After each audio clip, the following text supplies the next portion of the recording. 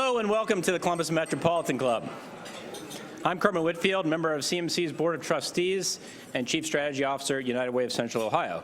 I also have the honor of serving as the chair of the Capital Crossroads Special Improvement District Board here, and so bringing both CMC and the SIDS together is a great honor.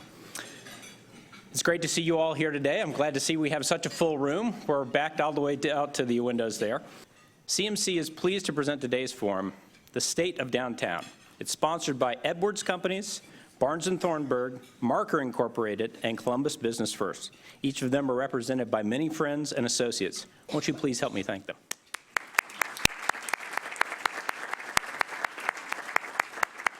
Now, please help me welcome Managing Partner at Barnes & Thornburg, Bill Nolan, to introduce our forum.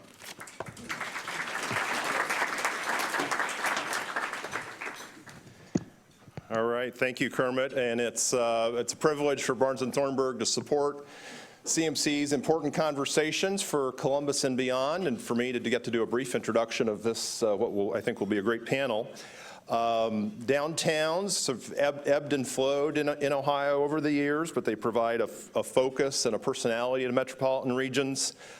In the late 1900s, there was flight from central cities, and that was sort of defined some downtowns. But we see a lot of great developments and revitalization and discovery in downtowns throughout Ohio, and including that one over there. So it's really interesting that we have these folks from different cities. People are at different places in their arc, but we're all tied together, and I think it's going to be a great group. So let me introduce everybody. We have, let's see, not in the order I have them. That gentleman almost all the way down there is Cleve Ricksecker, president of the Special Improvement District Public Services Association. Couldn't memorize all that. Right next to me is Joseph Marinucci, who is president and CEO of the Downtown Cleveland Alliance.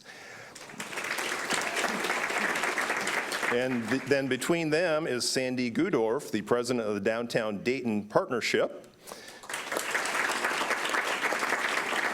Our host, moderator, MC is Alison Goebel, executive director of the Greater Ohio Policy Center. And then before they start, we're going to start with sort of a quick overview of the numbers. If you've been to this before, this is the fourth such State of Downtown program at CMC, fourth annual. So you have seen this before. Marc Conte to my left, he's the deputy director of the Research, Planning, and Facilities of the Special Improvement District Public Services Association. Maybe the longest of all those titles. So Marc will get us started.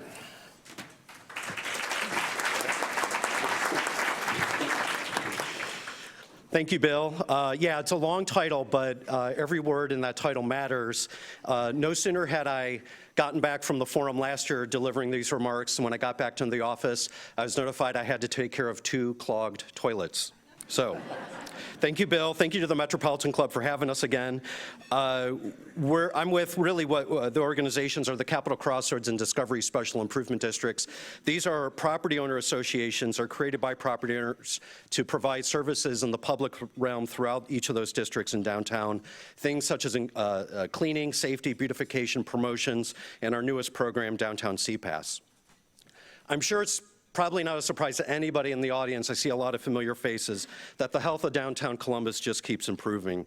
Since we were here a year ago, there have been a string of announcements and groundbreakings of major mixed-use developments and dozens of smaller ones scattered throughout downtown. All told, there is $1 billion worth of investment under construction right now and $1.7 billion of investment proposed. Looking closer at the housing market, downtown has had 16 consecutive years of population growth. The downtown population now stands at 9,270 residents. With 15 projects under construction and a combined unit count of 1,700, many of these projects will open this year, bringing downtown's population to more than 10,000 by the end of 2020.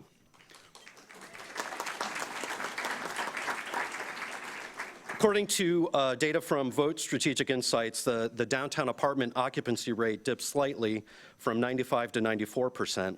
But if the economy stays strong and downtown living continues to grow in popularity, the housing projects in the pipeline will have good absorption rates. And on a regional basis, new housing is not keeping up with population growth, so that will also help in the positive absorption of any unit being built, whether it's downtown or in the suburbs. Now, all these strong numbers within downtown are going to help translate downtown and help create new distinct neighborhoods, in addition, over and above what we've seen in the Arena District. River South, for example, is close to being built out.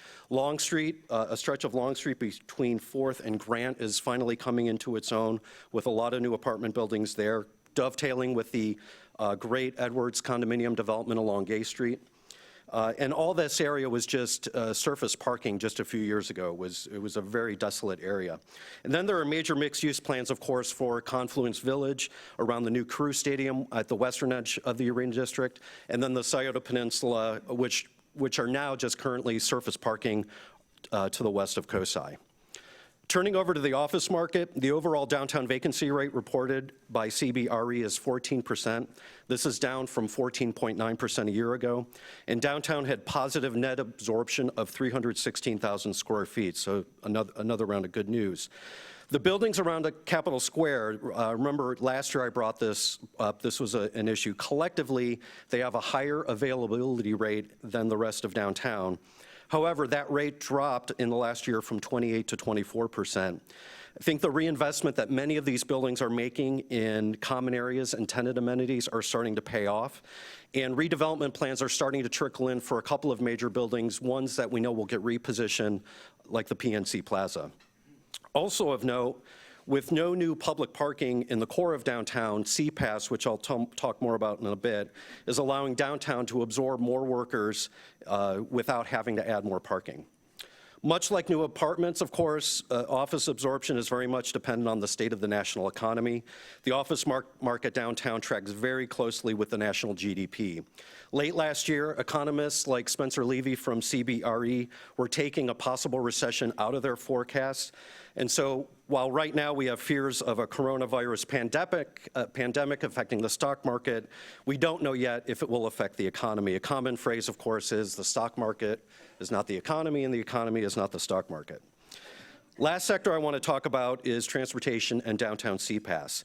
CPAS launched in partnership with CODA and the Mid-Ohio Regional Planning Commission on June 1st of 2018. It allows eligible companies within the Capitol Crossroads SID to offer unlimited transit access to their employees. This program was initiated by downtown property owners as a way to boost office leasing without additional parking and to reduce employee turnover, especially in low-wage jobs. Right now, there are more than 15,000 employees and 445 companies enrolled in the program, including the top 50 companies within the SID. While not all of the registered employees are regular riders, the program is having a huge impact. The SID hired CJI Research to survey employees and employers a year after the program began, and the results from that survey have met and in some cases exceeded our expectations. In its first year, the ridership among our survey group went from 5% to somewhere between 10 and 14%.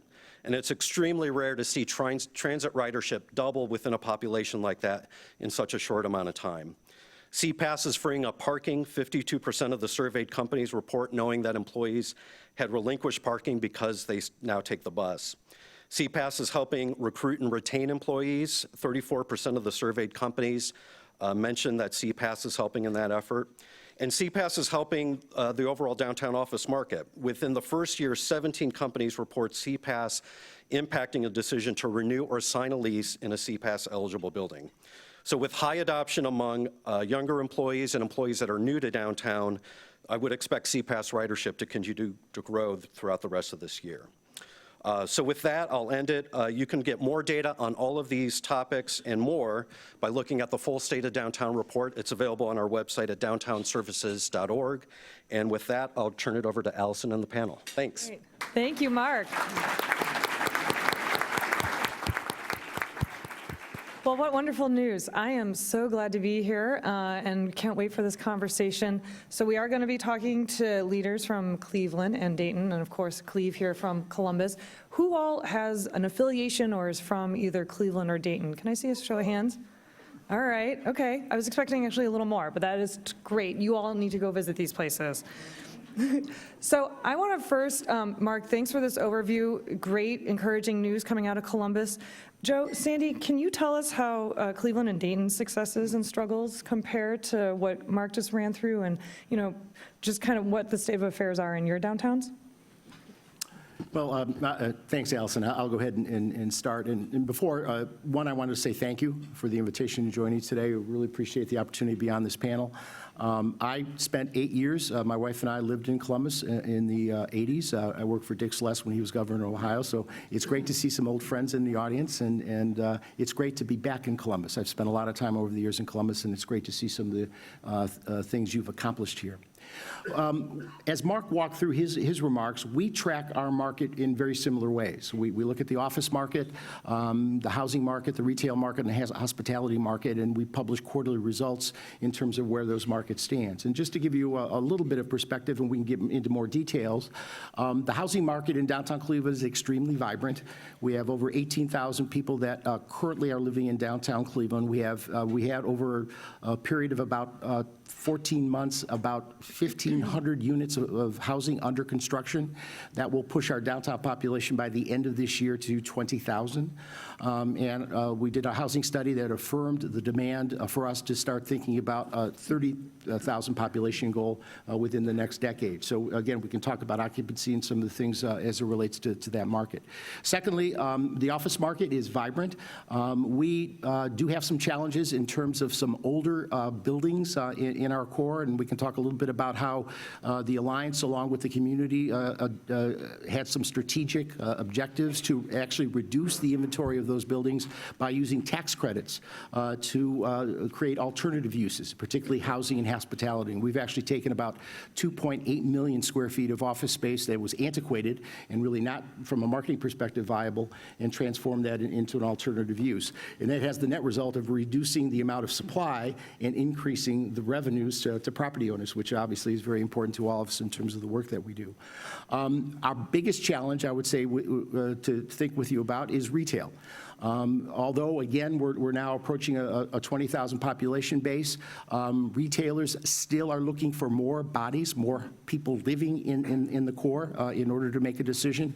And although we've had some great success with some regional retailers, for example, Heinen's at the corner of 9th and Euclid, and Geiger's very nearby, which, again, are very strong Northeast Ohio brand names and very successful, we're struggling to bring some non-culinary retail into downtown. And we're going to have a systematic effort over the next couple of years as we surpass 20,000 people going to places like the ICSC conference in Las Vegas to talk about the opportunities that maybe getting to 25,000 in the near term would allow us to garner national retail interest, and then combine that with local retailers, boutique retailers from Northeast Ohio that have to be part of the equation going forward. So again, we can talk a little bit more about that. Great, thanks, Joe. Sandy? Sure. First of all, it's my pleasure to be here as well. Thank you for the invitation. I'm sitting in between two talented urban leaders that, work in very, very vibrant downtowns. Downtown Dayton, over the last 10 years, has seen an incredible amount of progress. But our downtown is much smaller than Cleveland and Columbus. We have about 22,000 people who work downtown every day, about 2,500 residents. But we have seen an incredible resurgence in our downtown as well. Sometimes, smaller cities, it takes a little bit longer. But for example, we have seen over $1.5 billion worth of investment in about 10 years. That's huge for our community. Just to touch very quickly on just a few points, we, like Cleveland and Columbus, there's this move to move back urban communities, the walkability, the ease to go from work to play to coffee shops or brew pubs. So we're seeing that trend. That's a national trend. So we're seeing a lot of residential, development. We have about 350 units in the pipeline that's currently under construction. And so that's a real positive trend. You all know this, but when you've got people living in your downtown, it's more of a 24-hour kind of environment. Our biggest challenge right now is filling our office space. We're sitting on about a 30% vacancy rate. That's entirely too high. You know, when we look at non-traditional spaces, we can fill those in a heartbeat, but in the towers and stuff, and I know we're going to talk about that later, it's a little bit more difficult. But so we are looking for ways as well to how do we transition those buildings to alternative uses, mixed use, housing, and other uses. Great, Sandy. Thank you. That's super helpful. So there's a lot of momentum around housing, which is exciting considering what many of these buildings looked like even just a decade or two ago. Can we talk a little bit about what your communities are doing to ensure that there's housing in downtown that's affordable at a range of incomes? Because I know a lot of this has been market rate historically in all three downtowns, but you know there is this affordable housing crisis nationally, of course, in the state as well. So could we talk about just making sure that all residents of the city are served? Cleve, do you want to start? Yeah, I'll start off by first of all saying that even with all the market rate housing that's been built in downtown Columbus, I would venture to say that the percentage of affordable housing, truly affordable housing in downtown, is among the best of any neighborhood in the city of Columbus. And I was very proud when John Rosenberger and I worked together at Capitol South, we actually pushed to have the Commons at Grant and Commons at Buckingham put in transitional housing in downtown. And so, you know, we have made an effort to keep housing affordable in downtown, but remember that downtown is probably the most expensive place to develop, and so that's the stress in putting affordable housing on the market is, do you want to spend more money to build fewer units in an area or spend, you know, build more units in a less expensive neighborhood? Mm-hmm. Sandy. Yes, downtown Dayton too, we have a pretty comparable market versus, affordable housing. As Cleve said, you know, the market's going to drive some of that, and, you know, developers looking at where and how they can best develop. But we know and we understand the importance to make sure that that there is housing in our downtown that fits all kinds of economic needs. I think the arcade, the Dayton Arcade, we're going to get to a little bit later. Why don't you go ahead and introduce the arcade to folks here, because they may not know much about that project. Well, this is a project that we're very, very excited about. It is in a historic building that's been literally vacant for decades and decades, and it sits right in the middle of our downtown, and it's been a challenge to reactivate that. And now we're excited. The first phase is $90 million of investment. It's mixed use. Great developers behind it. The University of Dayton. I know this is Buckeye country, but go Flyers. They're number 4 this year, so far. So forgive me, but the University of Dayton is taking 100,000 square feet in this arcade. It's really 8 different buildings. It is also going to be the center of all of our entrepreneurial activity, our innovation center. But the reason why I bring that up now is there's going to be 110 new, what we're calling artist housing, but it is modest, low-income housing that, you know, when you, to get all the activity gelling in that big development, which is almost a whole city block with technology, entrepreneurship, there are arts organizations going to be a part of that project. So having that kind of housing right there it's going to be very, very important to make all of that work. So that development is under construction, should be completed by the end of the year, but as I said, 110 new units. That's great, Sandy. So Joe, tell us about affordable housing efforts in your downtown. Well, in our downtown, I mentioned a few minutes ago that we did a major study on housing demand that we completed at the end of 2018. And one of the things we identified were really two factors. One was a lot of the, like many of the comments now, a lot of the housing has been market rate. And we've not necessarily seen the type of housing attainability from a diversity perspective that we'd like to see downtown.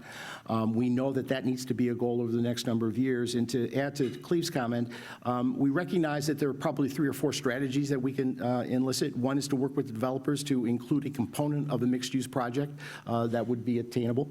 The second would be a developer, when we're seeing a number of developers proposing this, creating micro-housing units in their configurations. Those are much more affordable. Obviously, they're smaller, but they're meant to obviously be much more attainable in terms of many of the workers in downtown. And then the third is, where can we find land that's inexpensive? And if you look at the eastern tier of downtown, if you know our history, a lot of the urban renewal occurred in that area. There is land available there.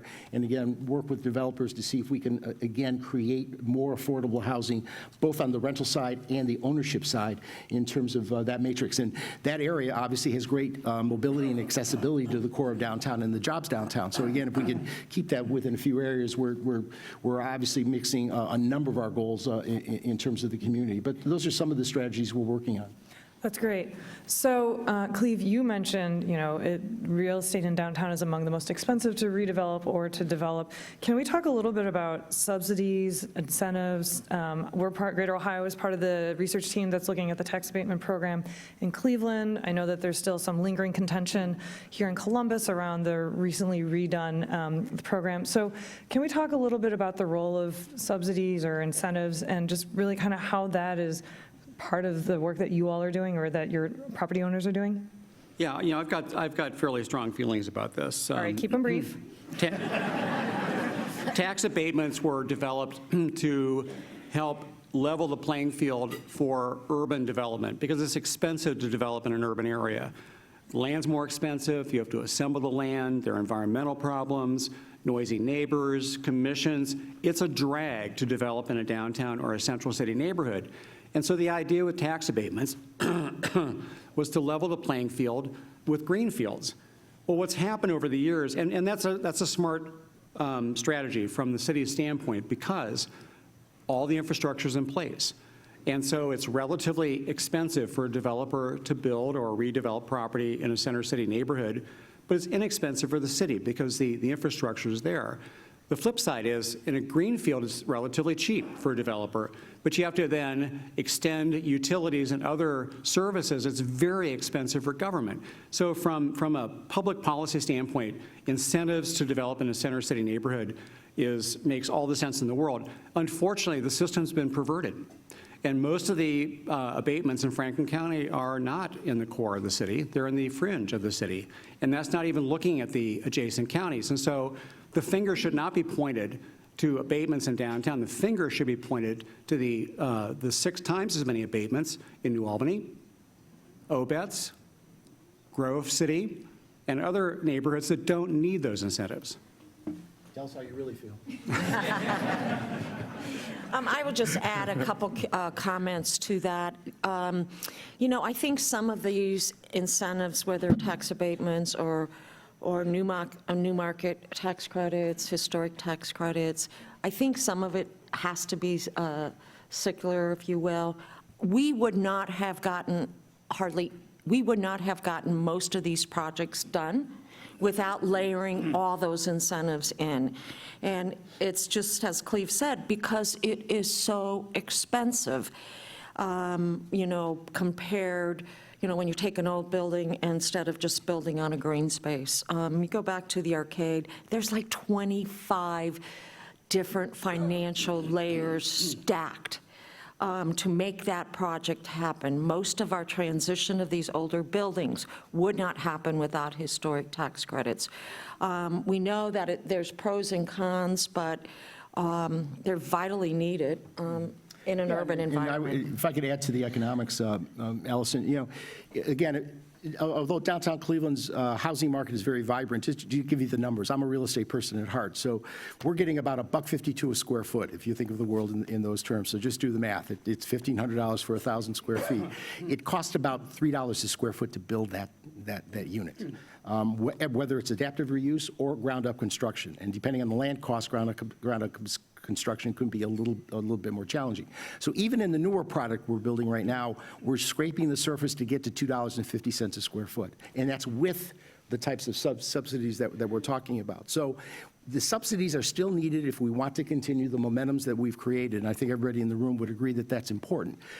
On the flip side of it, and we're participants in the study that Alison is talking about in terms of Cleveland, I think the goal is how do we identify some additional support and subsidy for housing attainability? How do we identify some other dollars that we can bring to the table that will add to the viability of those projects and create more units in a more affordable way for the entire community? And I think that, from our perspective, that's really the goal, is how do we create a larger pot and specifically make it available for those types of projects that again, can create the diversity that we're looking to achieve. That's great. So I want to shift gears, pun intended. Let's talk about mobility and transportation. How do people get in and out of your downtowns? How are you drawing more people into downtown? And then if we have time, I want to talk a little bit about this retail question, right? You don't have the population numbers quite that retail wants. But let's first start by talking about mobility and accessibility. What's going on in your downtowns? How are you improving it? Joe, do you want to actually, well, instead of continually going down the line here, No, I'm going to jump around. That's fine. From our perspective, a couple things of note. Obviously, we have a robust public transportation system, so we're very big proponents of that. We're very big proponents in investing in that. As you know, in Cleveland, we have both a rail system and a bus system. A number of years ago, I think we're now 11 years into our bus rapid transit system, the Health Line, which serves the core of downtown public square out to University Circle. That's been a wildly successful investment on our part, and I could talk a little bit about how that's impacted Euclid Avenue going forward. But that bus rapid transit really has become the core of some of the investment that we're seeing, not only in downtown, but in Midtown and in University Circle in the Cleveland Clinic areas, if you think about Cleveland.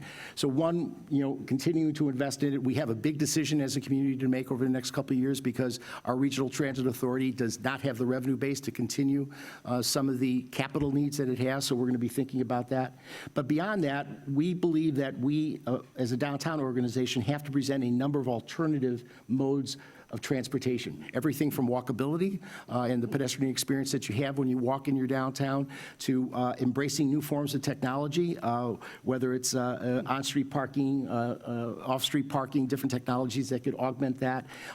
Scooters, I don't know how everybody in the room feels about scooters. I get mixed They love input. them. We love them too, but some of our property owners aren't real keen on it.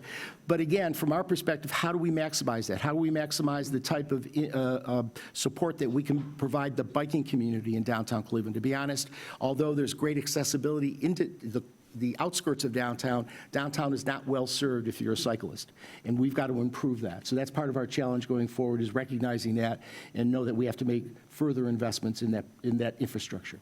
Sandy, so you guys have scooters, you have a huge bike culture in the Miami Valley. Can you talk about what Joe's pointing out, that the infrastructure right now is not necessarily built for the diversity of transportation options that people want? Sure.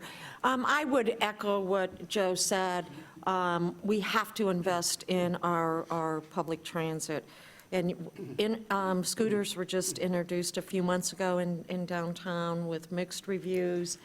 We're bringing e-bikes in this spring, and we have a very solid bike share program. So how do we move people around so they can park once, or if they drive in, or I think a lot of it is really re-educating.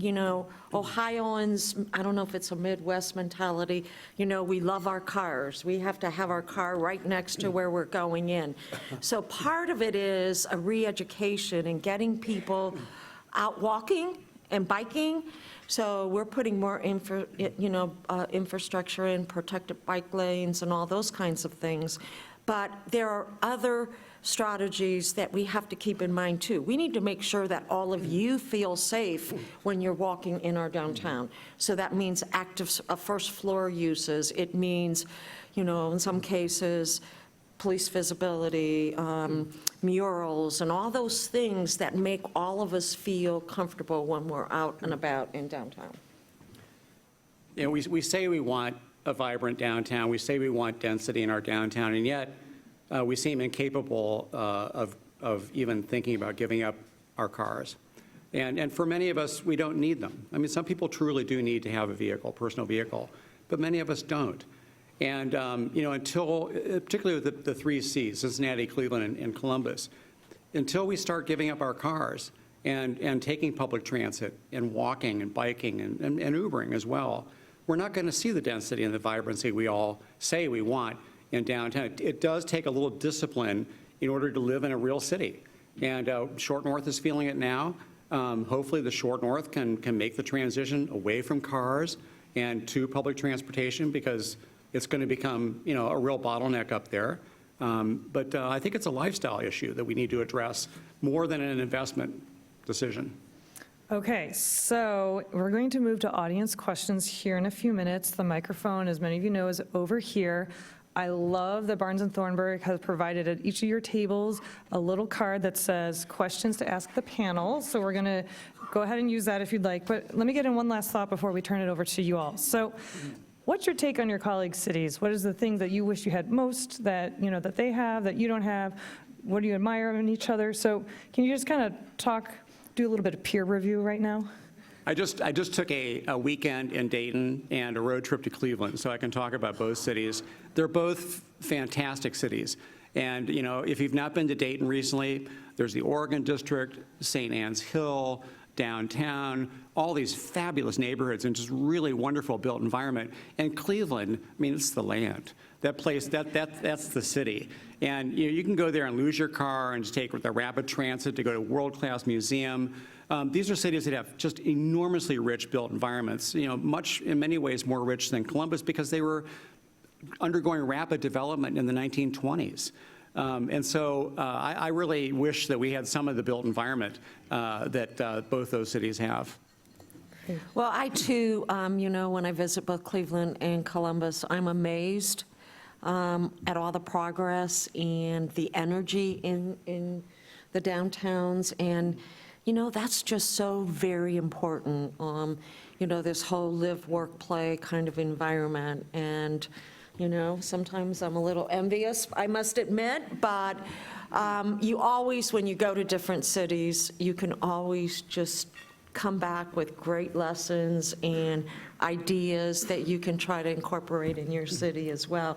So kudos to my two friends here and all the progress that's being made. I appreciate that, Sandy, but in Cleve. But I would add a couple things. One is downtowns for many, many years were a place where you went to work. If the downtown was vibrant, it usually meant that you went to a department store, and all of us have memories of doing that when we were young.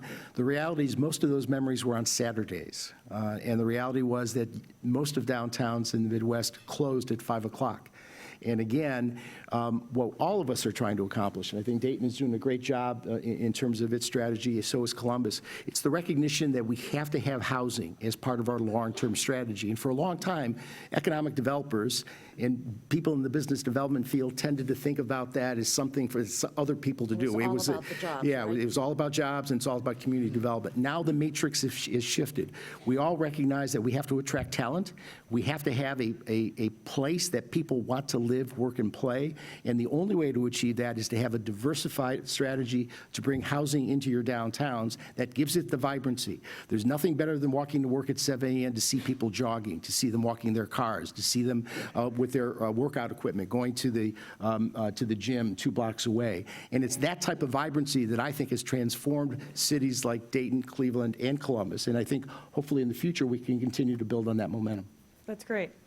All right, this is my favorite part of the CMC, and I'm so excited to say it. So the CMC's tradition is to take audience questions. Please state your name and ask the question. Please avoid editorial comments. And remember, questions end with a question mark. So let's get started. First question, please. Please introduce yourself. Good afternoon. I'm Kathy Fox with the Pizzuti Companies, and my question is about the role of green space and public spaces in the downtowns. And I know in each of the cities there are different partnerships that happen, for example, in Dayton with Five Rivers Metro Parks and others in other cities. Could you talk a little bit more about that and what your plans are to maintain and improve that? I can start. Yes, green space is really important in that big scheme of that live, work, and play environment. And we have some great green spaces, but we know we need more. Our park district, we worked with them just to come up with a downtown riverfront master plan, where it's really identifying best opportunities for green space in our downtown. And the other public spaces are just really, really important in the big scheme of things. Dayton, downtown Dayton was named a Levitt city a couple years ago, and what that allowed us to do is the Levitt Foundation out of California believes you build community by music, and we were the 9th Levitt city in the country, and which allowed us to create this wonderful green space with an outdoor theater right in the heart of our downtown. And part of being named a Levitt city is we have to have, not have to, but that we do, but we have to have 50 free concerts a year at that Levitt Pavilion. And what that has done to bring community together and active green space, it's incredible.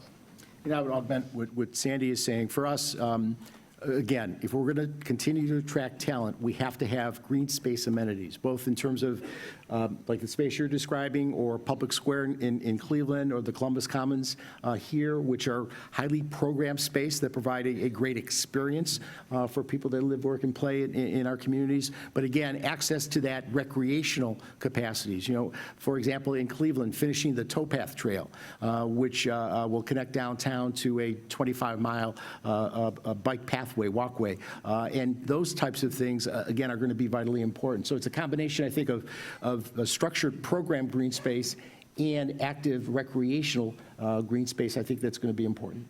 All three of our cities, historically, our biggest problem has been there's too much open space in our downtown. And you know, at one point, I counted all the intersections in downtown Columbus that had buildings on 4 corners. And it was like a small minority of intersections had built environment on all 4 corners, which just deadens the city. And so, you know, I was a big fan of the Columbus Commons, the fact we built around the Commons, and there's more built environment in downtown Columbus because you don't want too much open space. Parkland, yes, and I think we probably need a park in the northeast part of downtown near Columbus State, because that really lacks green space. But otherwise, we're pretty well served by green space in downtown Columbus. Great. All right, and there's plenty more opportunities for questions. We'll get Lanny DJing the mic here. Hi, my name is Eric Leach. I'm with the Association of Independent Colleges and Universities. This is a question for Columbus. I'm a transplant. I'm from Las Vegas originally. I almost didn't move here because of the lack of tall buildings. So I guess my question is, with all the population growth, how do we stimulate taller development in the downtown area? Because it just seems like our developers just want to build 6 stories and no taller. Because to attract out-of-state migration, you need taller buildings, I think. So what needs to be done, whether that is, you know, extended tax abatements, minimum height requirements, what are the policy levers that can be pulled to stimulate or force taller buildings? Because we have the population coming. Well, first of all, what happens at the ground level is more important than what happens at the skyline. And the ground level activity is much better in Columbus than it was 20 or 30 years ago. But yeah, I think the Ohio Building Code creates really weird situations. You know, in Columbus, and I think probably in Dayton and Cleveland as well, we see a lot of platform buildings being built. The first floor is steel and concrete, and then the 2x4s go up as many as 5 floors above that. And it's all a function of the building code and what is the least expensive way to build a building, I'm not sure I'd want to live on the 6th floor of a building built with 2x4s, honestly. But that's sort of what we have these days. What's interesting is the property values in the short north are such now that people want to go higher there, but not downtown. And hopefully, at some point in the near future, property values in downtown will reach a point at which, like in downtown Cleveland, we start seeing more steel going up in the downtown area for housing. But having said that, remember that, again, the higher you go, the more expensive it becomes. So again, it goes back to the economic equation and how do you if you think of a 20-story building, suddenly the elevator systems are much different. The foundation, as we know, changes. Do you have to go down to bedrock? What type of foundation materials do you need? All of those things add to the cost. So I think you'll see more as, again, the economics improve in our downtowns. And, for example, we were talking a few minutes ago about the 34-story Lumen Tower in the Playhouse Square area, 319-unit residential tower. That's the second tower that's opened in the last, or excuse me, that's under construction, but one 28 stories just opened as well. So we are seeing it, but again, it's essentially based on the economics of the project. Sandy, do you want to add anything, or? Okay, great. DJing the mic. Hi, I'm Carol McGuire. Thank you all for being here. I find this topic, and always do, totally fascinating. We haven't talked a bit about public policy, and that seems an area where there could be quite a bit of improvement made. What would be on your wish list of things that would be helpful from a public policy standpoint? That's an easy question for me to answer. Stop increasing roadway capacity, for one. Every time you add a new interchange or add a new lane to a roadway, you hurt cities and you encourage sprawl to take place. And, my wish list would be, true urban growth boundaries. Easy. Yeah. Easy solutions here. It's easy. I might add to that, that's one of the things, in fact, we are just in the middle of taking to the city of Dayton guidelines and recommendations for our streets and corridors. If you've been in downtown Dayton, we have very, very wide streets. And part of that whole policy change is, not getting cars in and out as quickly as you can, but slowing down the traffic a bit, putting bike lanes in, and all of those things. So it's taken us a while not to beat up on engineers, so if there are engineers in the room. But, they think about how you move through downtowns as quickly as possible. Well, how do you leave an event as quickly as possible? Yes. Yeah. So I'm real excited about that policy change in our downtown, because that's going to address many of these issues that we've talked about here this afternoon. Let me pivot a little bit and answer your question a little differently. One of the challenges that we all face is the challenge of homelessness and panhandling in downtowns. And all of us have experienced it. I would venture to say that our communities are not what we're seeing in some of the West Coast communities and some of the East Coast communities, but that experience is all relative to your individual experience, if you think about it. So from a public policy perspective, I think we need to pay more attention to how do we deal with the underlying issues surrounding homelessness? How do we become part of a dialogue with the community, the human service delivery systems, so that we're more proactively dealing with people who maybe have had a bad experience in a shelter and don't want to be in a shelter, or have mental health issues which don't allow them to take advantage of it. So we need to embrace that as a downtown, but we also need to recognize we can't do that alone. We have to be doing that with strategic partners. And I think that's one of our challenges, I think, in years to come, is how do we get our arms around it as a community more proactively. And by doing that, we obviously help the individual, because that's part of the goal of what we're trying to accomplish, but at the same time, improve that pedestrian experience in downtowns that we all represent.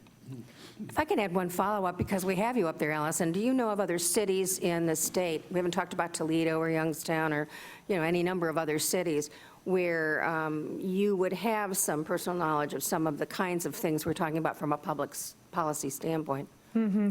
Yeah, I think a lot of the things that were discussed, transportation, ensuring the that all populations are served in a productive way. I mean, from our perspective at Greater Ohio, the state has been pretty agnostic about urban policy and an urban agenda in the state.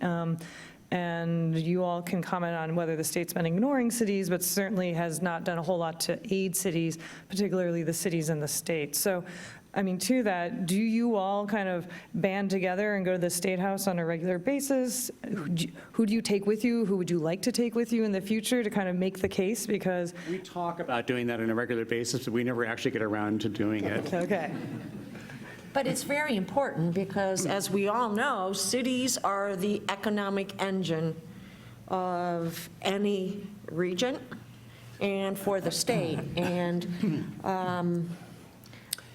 again, some of these challenges, whether, it's homelessness or reusing buildings and such, that takes policy change, that takes financial support and all of those things. And I will say from our perspective, we marry very aggressively with other partners in the marketplace. Our Regional Chamber of Commerce, Greater Cleveland Partnership, the Mayors and Managers Association, groups like that, NAIOP, others that we communicate regularly in terms of what's going on in Columbus and at the national level. And sometimes we're very surgical. For example, there's a piece of legislation that's been approved by the House, now before the Senate, that would allow a transformational investment to occur similar to state historic tax credits, but for new construction. And we're tracking that very, very closely, and we hope to see success in terms of that. So although we talk, and we get together about once a year, in case you guys are wondering, to talk about our respective downtowns and some of the things that we see and are working on and some of the challenges, but we also marry, again, with local partners in a lot of these issues. Most definitely. Yeah. Jane. Jane Scott with the Columbus Metropolitan Club. I've always heard it said that Columbus, and I assume maybe the other cities, are developer-driven rather than city planning-driven. Are there situations or cities, communities, where it's kind of the other way around, where the city says, okay, there's a bare lot, we want this kind of a building built on it for this use, we're going to send out a national RFP and see who responds? Or are we, in fact, always going to be developer-driven by where the money is willing to be spent by the developer? I'm skeptical that public policy will ever be the strongest determining factor on how we develop. I think market forces are probably going to always, in Ohio anyways, it's the market that's going to determine more than anything how we grow. And for that reason, I was really, really sorry when gas prices dropped. Because as they were going up, I thought, oh my God, maybe if gas gets to be $10 a gallon, we're going to get some things done that we could never get done with public policy. And then what happened? It went straight down again. So, we see some policy-driven areas in Columbus.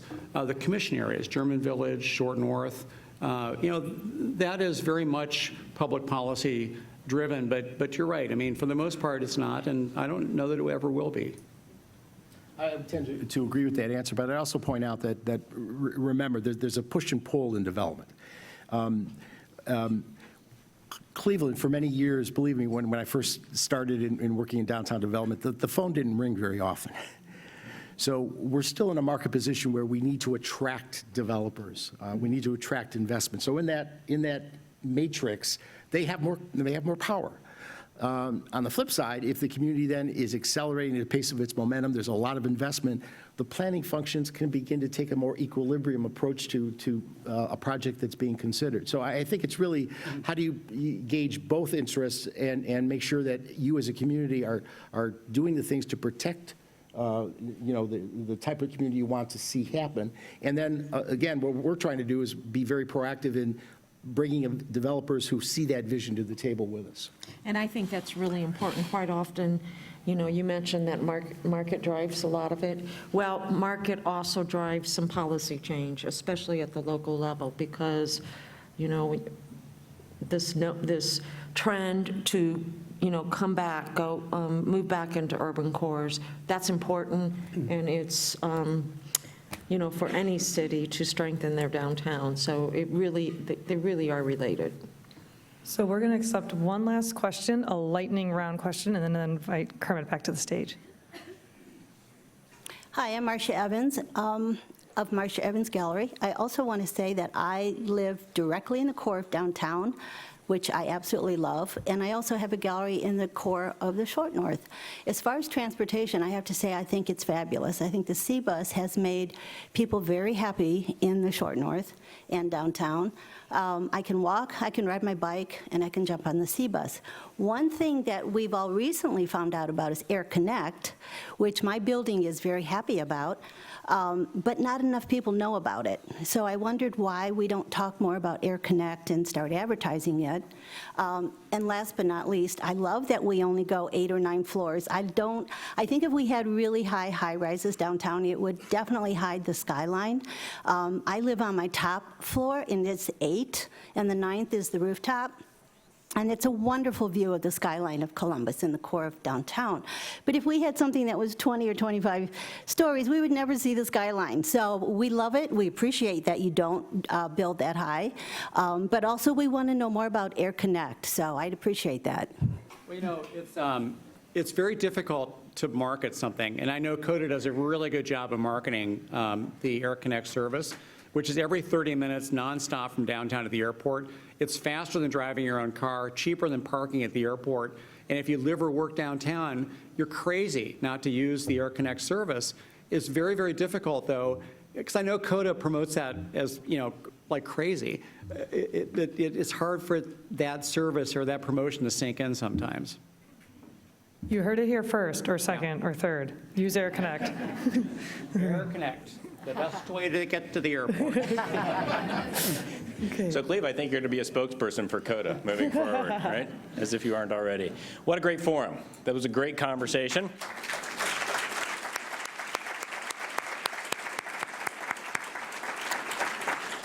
Let's thank our sponsors, Edwards Companies, Barnes & Thornburg, Marker Incorporated, and Columbus Business First. And of course, our speakers, Cleve Ricksecker, Joseph Marinucci, Sandy Gudorf, Alison Goebel, and Marc Conte. And thank you to all of you. We'll see you next week.